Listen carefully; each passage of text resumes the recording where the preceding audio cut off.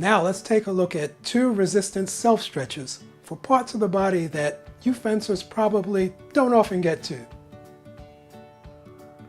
This is a resistance stretch for the groin muscles, the insides of the leg.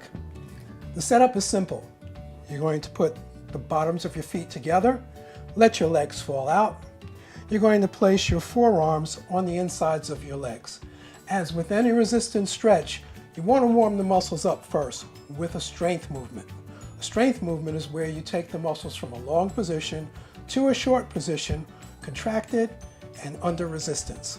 So we have our muscles, groin muscles, in a long position. We're going to place our forearms on the insides of the legs. This is the resistance. And what we're going to do is contract those muscles, those groin muscles, by moving the legs together, resisting that movement or slowing it down with our forearms, taking those muscles into a shortened position. Once again, we're going to start the strength movement from a lengthened position, legs falling out, using the forearms to slow the movement down. So the movement of the legs drawing together is going to beat the force of the forearms, which are resisting them. Now you're going to do about 6 to 8 of those movements, those strength movements. Now, remember, the start of the strength movement is with muscles long and resisted, okay? And you shorten those muscles under resistance. So you take the muscle from a long position to a short position under resistance. Well, the stretch movement is just the opposite. We're going to start with those muscles short and contracted, and now we're going to use the force of our forearms to move the legs apart and lengthen the groin muscles. So we use the forearms and our torso leaning forward, keeping a tall spine, and we keep squeezing our legs together while we lengthen those muscles only to the point that we can continue to contract. Once we can no longer contract, we release and go back to the start of the stretch position again. Shorten muscles, under contraction, and then the force of your arms tries to beat the force of your legs. As you squeeze your legs together, maintaining contracted groin muscles, tall spine, leaning forward, lengthening those muscles, and when you can no longer maintain a contraction, you release. And there you have it, the Ki-Hara resistance stretch for the groin muscles. You fencers out there probably don't even realize how often you use those muscles in your upper back. So we're going to show them a little love today. We're going to start with setting things up. Place the hands together, heels, palm, interlock the fingers.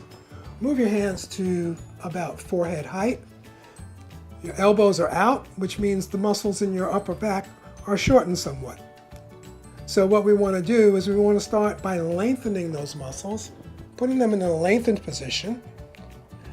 And now we want to do some strength movements to prepare the muscles for a stretch. Make believe you have someone trying to squeeze your elbows together with their hands on the outside. And now you're going to push out. Keep those hands together, squeeze them. The muscles in your back become shorter. Return to the start of the strength movement. The muscles are lengthened. Push out against that imaginary person who's trying to squeeze your elbows together.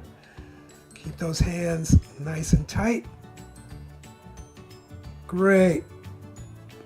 Now, the beginning of your strength movement is here. The end is here. This is the beginning of your stretch movement. So after doing 6 or 8 strength movements, you're going to end right here for strength. Now you're going to start to stretch.